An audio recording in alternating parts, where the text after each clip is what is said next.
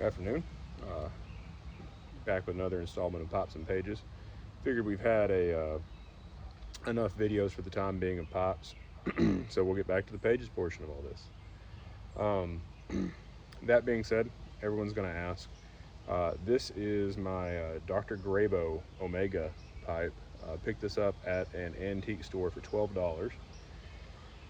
To best I can tell, it's not an actual system style of pipe. It's made to look that way. It is army mount, so there is that. But I can't tell that there's an actual moisture reservoir or anything in there. It is a P-lip, or at least their version of a P-lip. That's kind of why I got the pipe. I really didn't like anything else about it except for the fact that it had a P-lip. Wanted to try that out and see what I thought. I'm kind of mixed. I don't hate it. And there's things that I do like about how I can just kind of lock it behind my molar and the whole pipe just hangs here without me having to do anything. So there is that. I am not necessarily one to deal with tongue bite, so I don't really get that benefit from it. I will notice that, especially with vapors, my sinuses get real peppery and hot feeling. They kind of feel irritated, and I think that's because the way the P-lip's designed is the smoke goes to the roof of your mouth instead of your tongue, and so it hits your sinuses a lot more. So with vapors, I think that's kind of why I've experienced that. I don't hate it though. It is a nice enough bent billiard. I don't like the rustication on it. I'm not a big rusticated person. I tend to like smooth pipes. But that being said, we're going to get it fired up, and I'm smoking more of the Rivertown Tobacco Works Mystic Moor. So it's an English blend. Let's see how that goes.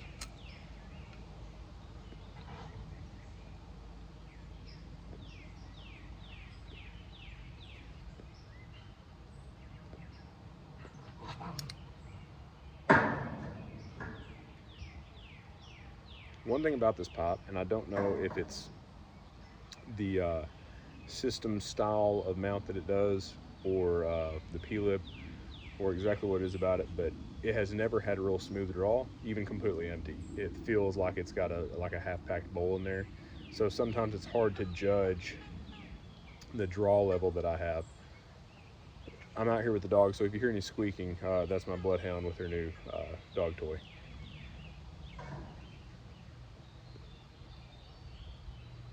So where you might get just like minor resistance, this tends to have a little bit more than that. So you do have to kind of work at it a little bit.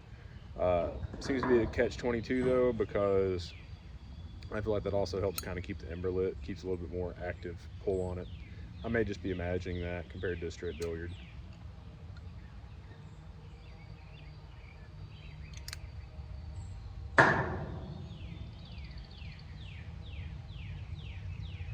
All right, so what book are we talking about today? Well, I figured that it was high time to do a classic.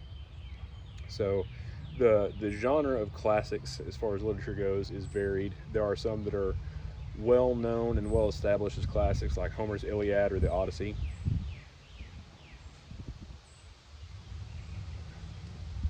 But this one is, in my opinion, a classic novel, and most of you have probably read it, especially if you're from the southern states, where it seems to be the most prevalent, and that is Harper Lee's To Kill a Mockingbird. So I first read this book in high school, like most of you. I think it was middle school. It was one of the assigned English class literature readings.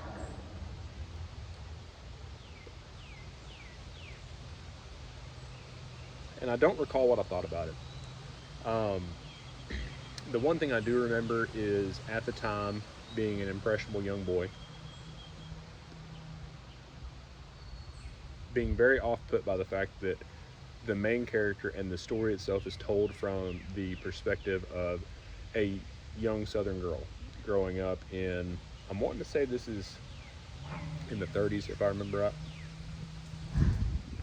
Let me look real quick. It is published in 1960.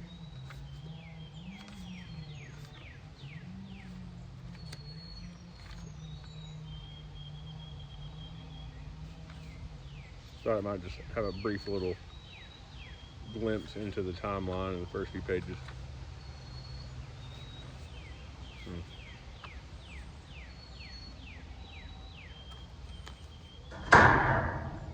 Don't recall. But all that said, nevertheless, it is written in a time when segregation is very much a thing.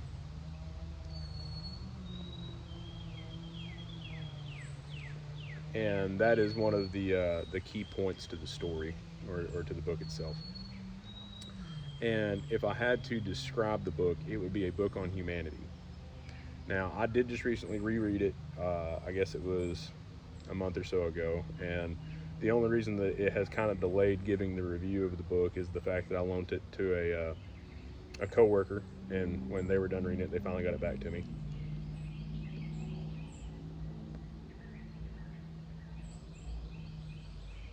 But to anyone who has read the book, you will understand this. To anyone who hasn't, the title of the book is a bit of a misleader. So here's your spoiler. There is no Mockingbird actually killed in the book. It is that entire line, surprisingly, is only in there I think once, maybe twice.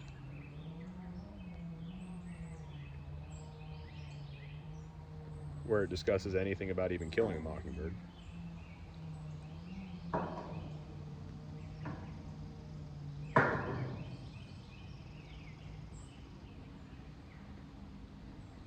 But for this book to have been published in 1960, it's kind of impressive to me. That should be in the midst of the civil rights movement. uh, History is misleading me just a little bit. I'm having a little bit of a brain fog. So it's either at the height of the civil rights movement, or just at the tag end of it, somewhere in that in that point. I probably should research that a little bit more. But all that, nevertheless, for it to be published when it was, written the way that it was, and to broach the topics and subjects that it does, is impressive to me. If you are someone who wants to read a book that makes you feel good, this is probably not it. If you are someone who wants to read a book that makes you feel bad, this is probably not it. What it does make you feel, though, or at least for me, is it gives you a moment of uh, interflection to think about how you approach people and how you treat people, and how you should have more common courtesy and human decency for others. I think that we lose a lot of that in today's world. I think that with the social disconnect of the fact that we don't really deal with people all that much, we deal with, a 3x6 screen that is supposedly people. Like right now, you are not here with me, I am not there with you, but yet we're still communicating in a way. I think that we have a bit of a disconnect for human contact because of that.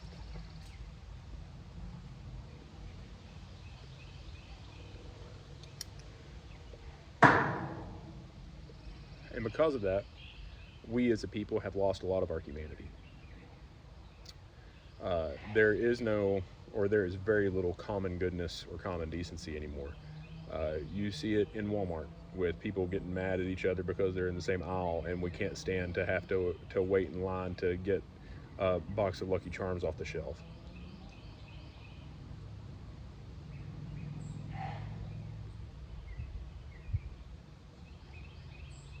You see it at, you know, 10-year-olds baseball games when coaches are pissed off and storming the field and yelling at 10-year-olds acting like they're adults.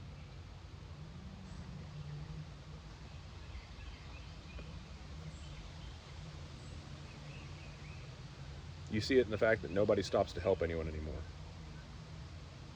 And if someone's stranded on the side of the road, 9 times out of 10, people are just going to keep on going by. I'm one of them a lot of the times. I prioritize myself and my family over someone else a lot. Now, that doesn't mean I haven't stopped to help people. And I'm not saying that I'm a good or bad person about that.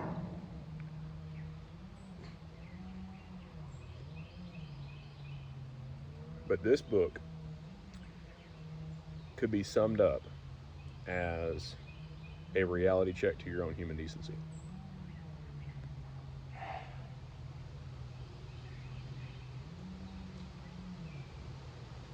And if there was one person in this book that I could aspire to try and be like, it would be Atticus Finch, which is the father in the story, who is a lawyer uh, in this southern town, and ends up being tasked with defending a black man who is accused of rape and assault of a white woman.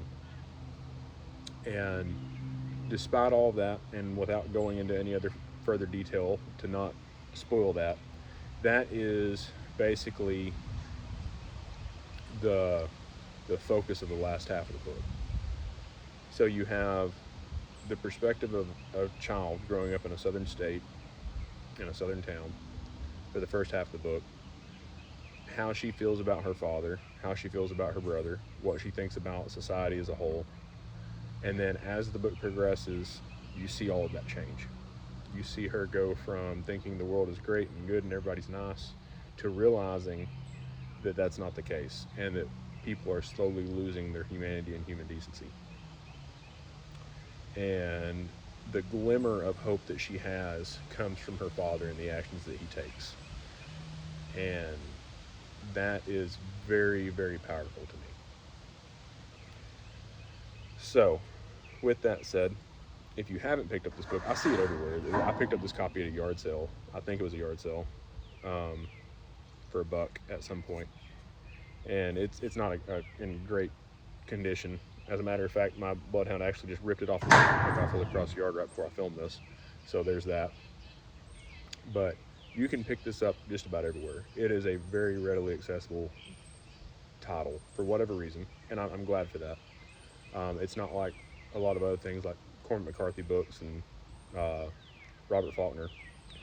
But pick it up, give it a read. Man, woman, child. I probably wouldn't read it if you are sensitive to racial language, or if you're under the age of probably 14, if I just had to put a number on it. But it is a great book for someone who is growing up to read. It is a great book for someone who is grown to read and to think about how we should be as a people.